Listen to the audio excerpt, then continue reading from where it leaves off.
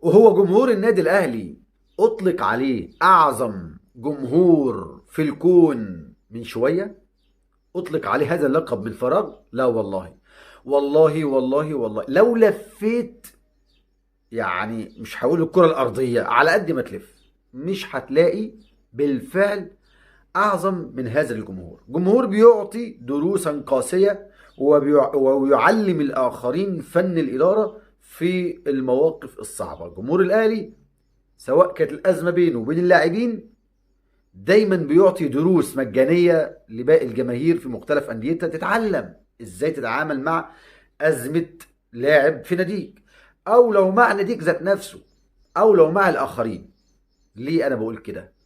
كلنا بالأمس شفنا فيديو وسام أبو علي، فيديو الاعتذار، الفيديو اللي قدام منه كم من علامات الاستفهام، ولكن للجميع آراء مختلفة، ولجمهور النادي الأهلي وحده رأي واحد. والله العظيم فضلت أدور في التعليقات ومختلف الصفحات وهنا وهناك، ألاقي واحد أهلاوي يقول قبلنا اعتذارك يا وسام. مفيش. ألاقي جملة واحدة من غير كلام: مش قابلين اعتذار وسام. وهنا افتكرت جملة في أغنية كوكب الشرق ام كلثوم، وهي بتقول ايه: يفيد بايه يا ندم.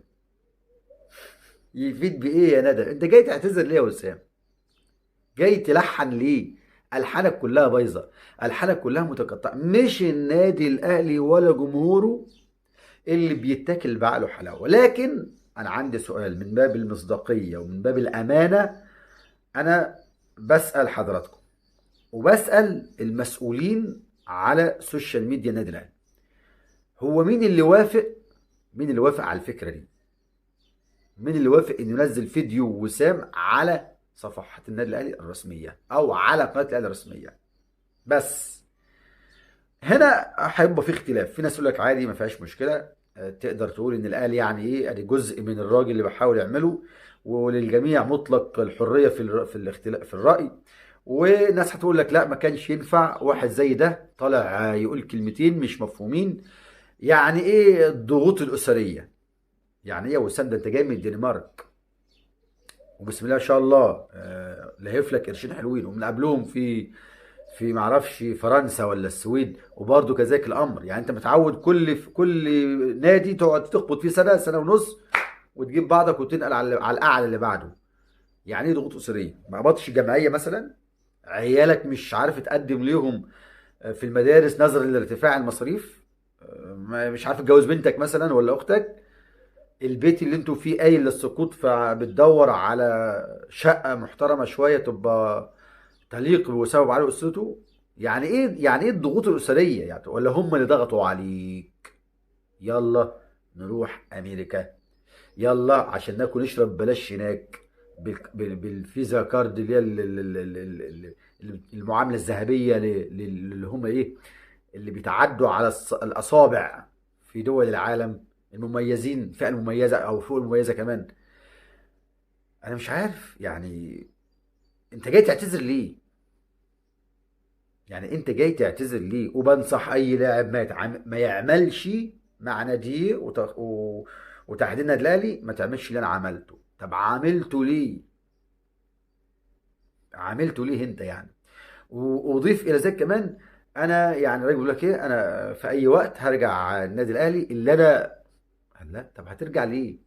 طب النادي الاهلي اصلا وافق على كده ليه؟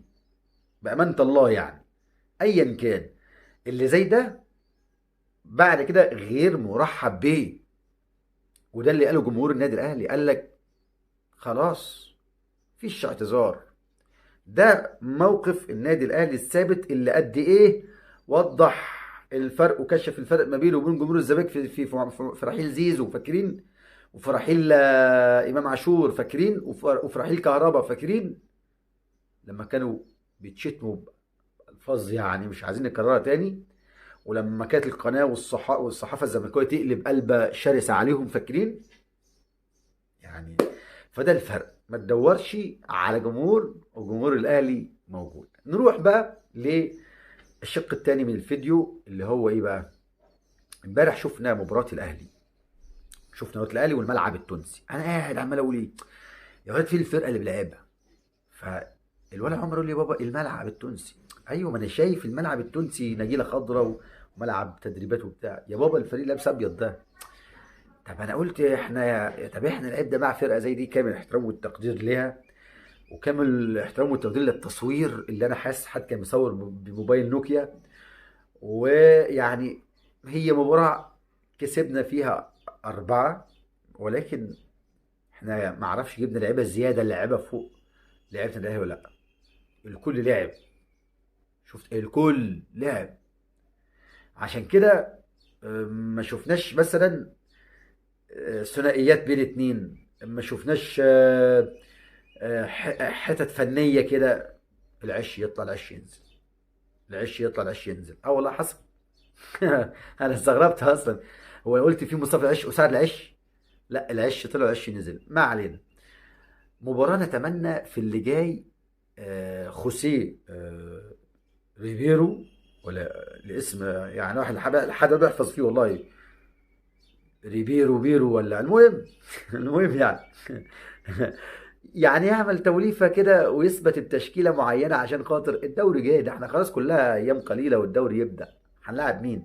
هنفضل ناخد نص الدور الاول او الدور الاول كامل عشان نقول لسه توليفه والتجانس؟ لسه ما ثبتش تشكيل. ما انت معاك فتره اهو، ثبت ثبت عشان خاطر التثبيت ده هيفيد الاهلي في الدوري ودوري الابطال.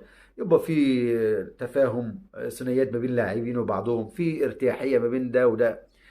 مش هنفضل بقى نلعب ده وننزل ده ونطلع ده وننزل ده.